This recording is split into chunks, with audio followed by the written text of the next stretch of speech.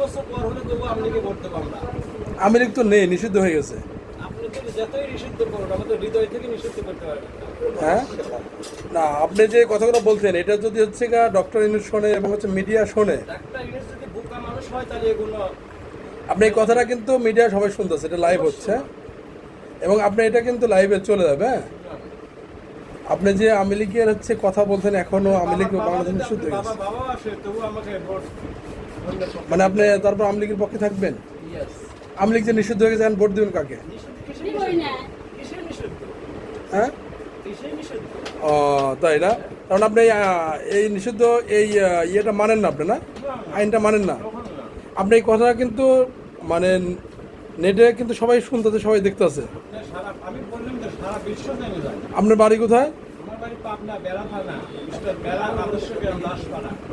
আপনার গ্রামের নাম কি? মিস্টার দাসপাড়া। আপনার বাবার নাম? পরে বলবো। দর্শক, এই লোকটা বলতে সে আওয়ামী লীগ করে, কিন্তু সে বাবার নাম বলতে ভয় পাচ্ছে।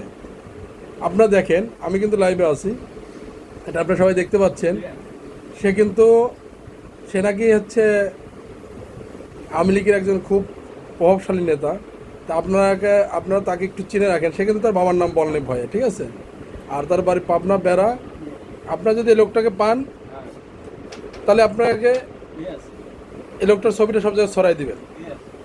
ইভেন কি এটা হচ্ছে গিয়ে পাবনা থানায় হচ্ছে এটা একটু পৌঁছানোর ব্যবস্থা করবেন, ঠিক আছে? ওকে। কি আপনার তো কথা শেষ না? মানে আমরা আওয়ামী লীগ থাকলেও আপনার আওয়ামী লীগ না থাকলে আমরা গুড। শুনছেন দর্শক, ওনারা বক্তব্য শুনছেন তো না?